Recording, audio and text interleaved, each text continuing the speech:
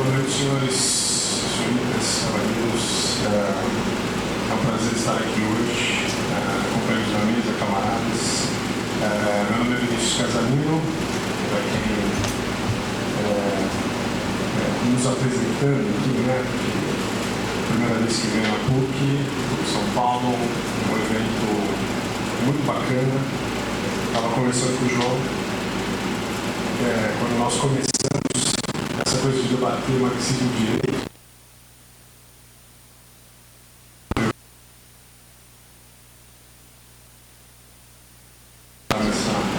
Nessa luta. E era algo assim, meio que inimaginável ver um auditório assim para discutir marxismo e direito. Porque temos vários camaradas que fazem discussões progressistas, vinculadas às mais diversas visões do direito, todas elas progressistas, e é bom, tem que ser assim, e estamos todos juntos, mas um seminário, um debate em que nós possamos ir direto a alguns pontos, né, sem ter que ficar com aquela coisa, não, será que o direito, vamos pensar um pouco, né? Não, aqui já temos algumas premissas, imagino eu, a partir das quais a gente pode fixar um debate um pouco mais contundente, né? Então isso é absolutamente importante, sobretudo nesse momento histórico. A eleição do rapazinho lá dos Estados Unidos mostra bem que essa onda conservadora não é algo nosso apenas, né?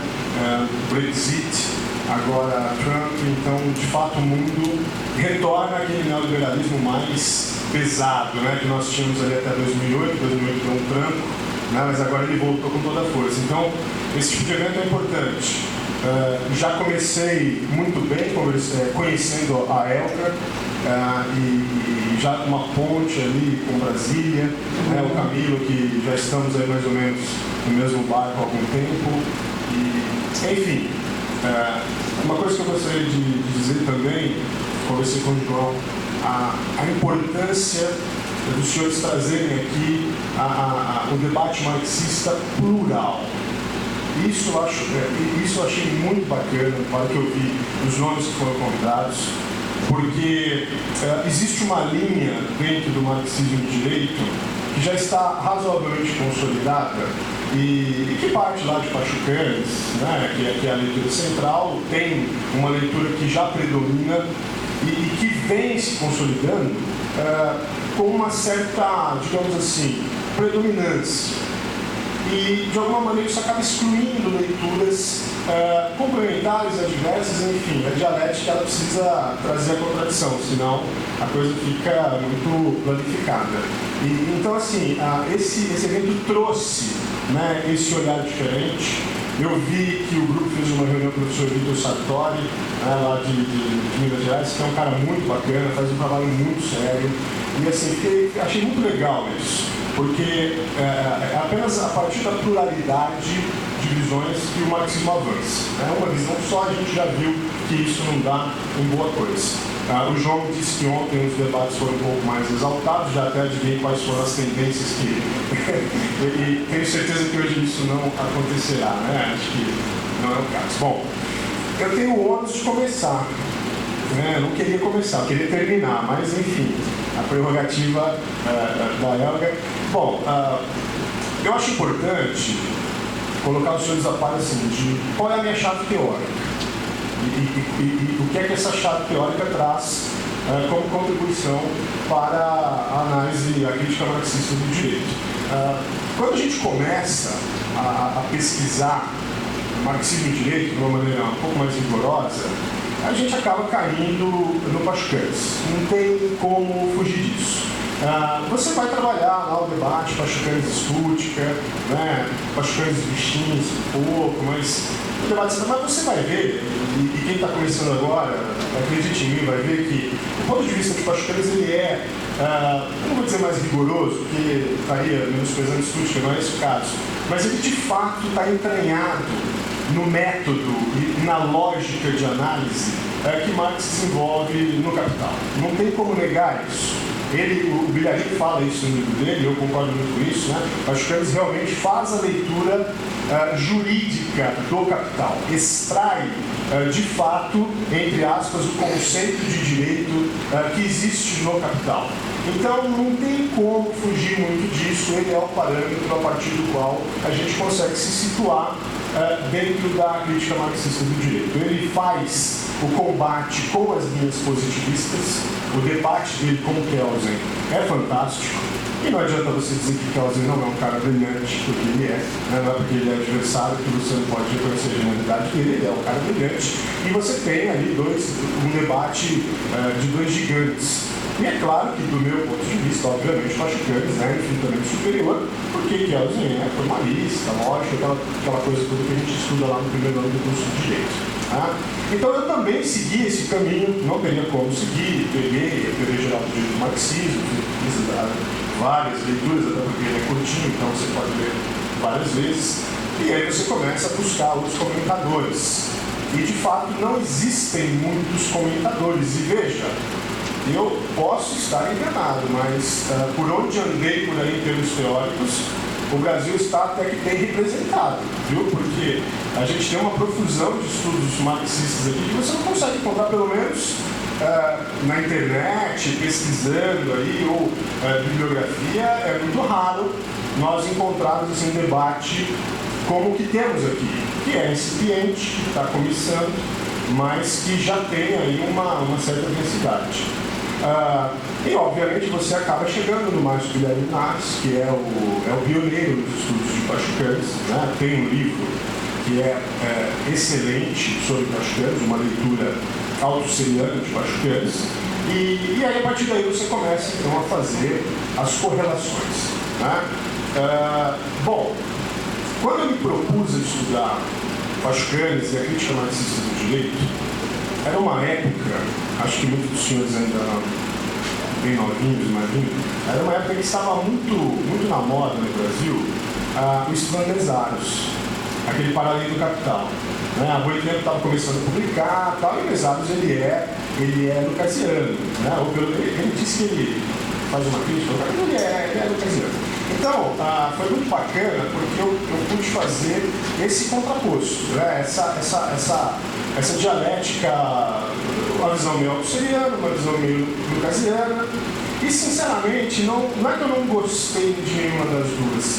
Eu gostei de ambas, acho Althusser e Lukács absolutamente geniais, mas senti que faltava alguma coisa do Marx. Senti que faltava alguma coisa do Marx. E percebi, pessoal, é claro que essa é uma opinião minha, obviamente eu respeito todas as outras leituras, então os senhores não se sintam à vontade, obviamente, né, para falar, para contraditar, evidentemente, né? E senti que havia um certo desvio daquilo que talvez tivesse sido a inspiração original de Pachucanes. Porque ele fala, o meu objetivo, e as minhas anotações, ele fala, eu não fiz nada de novo, eu só li Marx, peguei o Capital de Marx. Então eu achei que faltou ali um pouco, talvez, situar Pachucanes na leitura original que nós, marxistas, chamamos de ortodoxa. Se alguém aqui faz economia, não é economia ortodoxa, pelo amor de Deus. É o marxismo ortodoxo, se chama ortodoxo, né? Que é uma perspectiva mais fundada nas obras de Marx mesmo, Marx e Engels. Então esse foi o caminho que eu tentei seguir.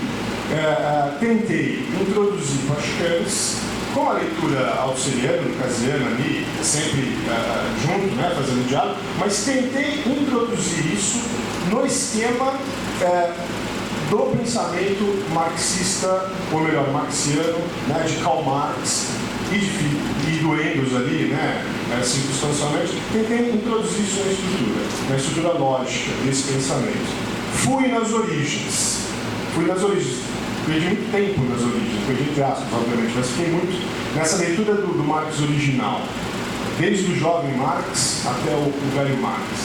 E aí é óbvio que você começa a enfrentar uma série de outros problemas que já não são mais específicos do direito.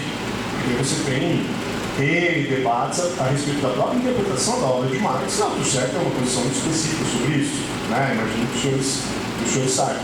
Então, esse percurso é muito enriquecedor, porque você vai e volta. Vai do direito para a economia, se quiserem chamar o capital de economia, enfim, vou para simplificar, né? Vai e volta. Vai para o Marx, vai para os debates, volta para o direito. Isso enriquece muito, né, a perspectiva, isso clareia muito a perspectiva. E aí, então, se desdobra um outro problema. E eu digo isso porque a gente faz publicando sobre... E aí surge um outro problema. Qual outro? Qual mais você vai... Porque fundo naquele texto de juventude, do roubo de lenha, outros que ficam na questão judaica, outros que veem na ideologia alemã uma contribuição substancial, outros que não, tem que ser um capital, outros vão na crítica do programa de Gotha, que também traz indicações importantes sobre o direito, um livro que é pouco utilizado, mas que é muito rico também, Contribuição à Crítica da Economia Política, pelo menos, inclusive aquele fragmento esquecido, é muito interessante. Então, assim, qual Marx? De qual Marx você vai partir? Né? E eu, nos meus estudos, cheguei à conclusão de que o Marx, que nos dá um ponto seguro para o debate teórico rigoroso, é o Marx de O Capital. Esse é o ponto em que eu me acocorei, digamos assim. Né? Me acocorei no Marx do Capital. Quando eu digo isso, eu não digo, obviamente, que nós estamos desprezando as obras de Juventus. Se você desprezar qualquer coisa do Marx, você tem que parar e falar, tem uma coisa errada. Né? Porque não dá. Qualquer coisa que ele escreva é muito rica. Então não é desprezar, mas é situar o Capital como o eixo central a partir do qual você interpreta as obras de juventude e também aqueles escritos posteriores, que o próprio Marx faz, por exemplo, a crítica do programa de Gotha. Tá? Então, e aí nós temos N problemas, porque a leitura do Capital é uma leitura complexa. Cada um lê, cada autor, cada tradição lê o Capital de uma maneira. E aí a questão é, como é que você vai ler o Capital e situar ali a crítica marxista do direito tal como Pachucanes pensou inicialmente, né? Porque assim, uma coisa tem que ser dita, Pachucanes é o cara do direito. Não adianta, porque ele fixa um objeto. Qual é o objeto? O objeto é a relação jurídica que não é senão a outra face da relação de troca mercantil. E, portanto, daí surge a figura do sujeito de direito como aquela figura que, se você olha para a realidade, é o proprietário de mercadorias. Então, assim, ele de fato, ele está presente pelo menos no Marx do Capital. É claro que se você disser, mas lá no Marx, no começo é diferente, sem dúvida. Na questão de idade. Com certeza. Você está desprezando isso? Não, de maneira nenhuma. Vamos trazer.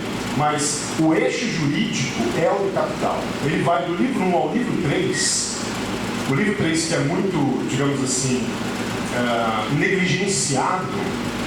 Se os senhores tiverem a oportunidade, pegar a seção 5, né, que ele trata do capital portador de juros, que é o livro para você entender o capitalismo de agora.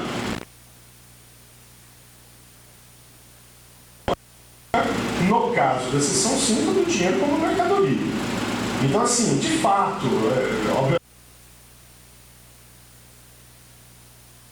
aquela coisa da pessoa ficar chateada, né? Eu sei que tem muita gente aqui que já vai ficar chateada comigo, não tem dúvida nenhuma, não fique, tá? Mas, assim, eu respeito todas as leituras, óbvio, vamos debater, claro, mas, assim, de fato, ali, você vê que ele associa a forma jurídica à forma da troca mercantil, e ele faz isso, inclusive, no capital portador de juros. De maneira esplêndida. Então, de fato, Pachucanes fez essa leitura. Isso aí não tem como a gente deixar de reconhecer. Bom, Quando você leva isso para a estrutura do capital, a questão é qual capital? Existem N leituras do capital. Eu comecei sobre a influência dos exatos, então tinha aquela leitura, digamos, mais ontológica, né? O trabalho como fundamento de sociabilidade, né? Isso me influenciou muito. Depois você vai para o autocérebro e você fala, peraí, tem um corte epistemológico aí, tem que analisar isso aí com mais cuidado. Eles falam, de fato. E aí você, estou simplificando, né? Claro, evidentemente, aí você chega no pessoal da teoria do valor e fala, essa coisa de trabalho aí, tem que ser revisto, existe uma dialética específica do valor. E o pessoal, todo mundo está correto. Todo mundo está correto. Não fala que alguém está errado? Não está, são leituras do capital. E o que é que eu tentei fazer? Tentei não excluir nenhuma dessas leituras, mas tentar captar a exposição marxiana na sua originalidade. O que é a exposição marxiana na sua originalidade? Do meu ponto de vista, é a apreensão dialética de todas essas leituras. Né? Então, você as apreende e eleva a um nível superior em que elas todas, né, de alguma maneira, estão mantidas no conceito. Né? Falando aqui da supersunção, superação, enfim, né? Eles estão mantidas, né, naquele conceito. E a partir daí, você começa a encontrar alguns problemas em Pascal. Aí, o pessoal fica bravo com você. O pessoal fica bravo com você, porque uma coisa é você falar isso, você falar aquilo, mas Pascal tem problema? Não, Pascal tem problema. Aí, aquela leitura que já está de alguma maneira consolidado, começa a ficar bravo com você, e aí começam aquelas fissuras típicas da esquerda. Outro dia o colega comentou, mas a esquerda não se unifica. Bom, mas eu digo que se unificar, eu não sei se é mais esquerda, né? Porque parece que é algo íncito da esquerda, essa fragmentariedade. Então, bom, existem problemas em Pascal. Quais são os problemas em Pascal? Bom, Pascal associa a forma jurídica à forma mercantil. Quem já leu aqui, imagino que os senhores, né, do estudo, né, já falou que vocês estão, né, caminhando nesse sentido, fazendo as leituras, né, ele associa a forma jurídica à forma mercantil, sim, e aí ele acerta no ponto. Né? Ele associa a forma jurídica à forma mercantil, busca a esse. Então, o que é que põe a igualdade? A igualdade abstrata, a igualdade que cai do céu, é a lei burguesa que põe a igualdade? Não, o que põe a igualdade é a circulação mercantil, é a troca de mercadorias, que coloca o proprietário da mercadoria no plano horizontal com outro proprietário de mercadoria. E então você tem os sujeitos de direito, que vão fazer as trocas e, portanto, os contratos. Aí está localizado.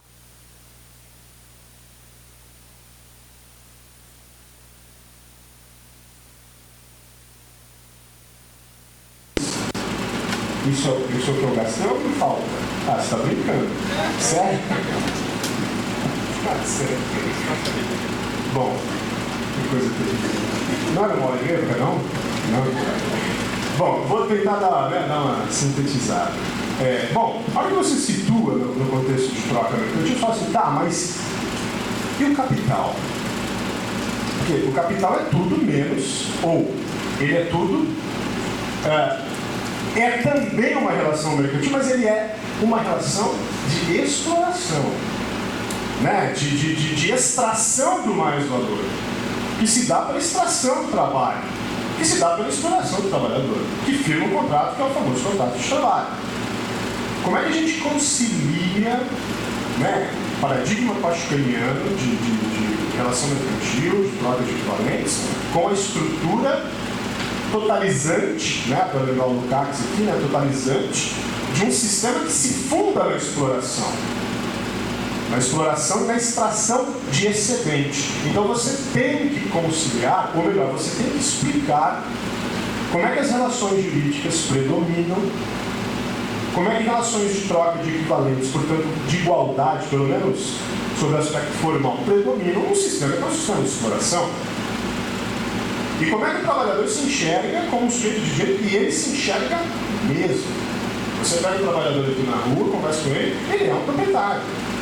Né? A consciência de classe é um elemento aí que exige um esforço pessoal para que ele alcance. Então, assim, como é que você soluciona isso? A solução disso, do meu ponto de vista, só pode ser feito radicalizando a leitura do Capital. Quando você fala radicalizar a leitura do Capital, significa que você está excluindo as outras leituras? Eu estou excluindo o Althusser, eu estou excluindo o Lukács, eu estou excluindo... Não, obviamente que não. Você está incluindo o Capital, né? Marx abre o Capital apresentando a circulação simples de mercadoria. Mas a circulação simples de mercadoria é a face externa do sistema. O Capital só chega no capítulo 4, com a circulação do dinheiro como capital. E aí você tem uma série de problemas que implicam que uma circulação que é, ao mesmo tempo, equivalente e não equivalente. Olha lá, ao mesmo tempo, equivalente e não equivalente. Aí você tem um problema, porque como é que você pode ter uma coisa que é e não é ao mesmo tempo? Se você não usar dialética, você não consegue. Não consegue. Não adianta. Você pode ficar bravo, pode ficar nervoso, falar que é ranço, mas você não consegue. Então, a partir desse chaveamento de leitura é que eu propus o quê? O aprofundamento das questões postas por Pachucanes, assinalando, lá vai eu fazendo amigos, assinalando não as insuficiências da leitura althusseriana, mas a necessidade de ir para além dessa leitura, porque ela de alguma maneira negligencia a dialética, as insuficiências da leitura lucasiana, que precisamos avançar para além dela. Por quê? Porque na medida em que ela foca na questão ontológica do trabalho, ela está correta, ela de alguma maneira negligencia um pouco a dialética do valor, e para além da teoria do valor, que na medida em que radicaliza a leitura da teoria, acaba negligenciando os dois aspectos anteriores. Traduzindo, qual é a minha proposta? A minha proposta de leitura é a crítica marxista do direito à luz de O Capital de Marx. E aí, a partir daí, dialogando com todas as leituras que partiram de Marx. Althusser, Lukács, teoria do valor, todas, né? Independentemente de preferência. Eu acho que não cabe isso no marxismo mais, né? Eu prefiro este, eu prefiro aquele. Olha, a gente tem que preferir aquele que dá conta de resolver as questões que nós temos perante, né, a nossa realidade, que são questões agora muito complexas com essa crise pela qual passa a esquerda.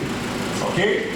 Com isso, eu acabei falando de materialismo histórico e materialismo dialético sem nomeá-los, né? Porque eles estão implícitos nesse debate que foi exposto. Então, eu diria para vocês, nem materialismo histórico, nem materialismo dialético, eu diria dialética marxiana, a dialética de Marx, que está no Capital. Ok? Eu gostaria de agradecer o convite novamente, dizer novamente que um evento como esse é absolutamente fundamental. Gostaria de me colocar à disposição dos senhores, é muito fácil de me encontrar, só digitar no Facebook, não esquece que me acha, estou lá para ser encontrado mesmo. Quem quiser discutir, quem quiser debater, fique à vontade e desejo aos meus colegas que me pensaram agora uma excelente explanação. Muito obrigado.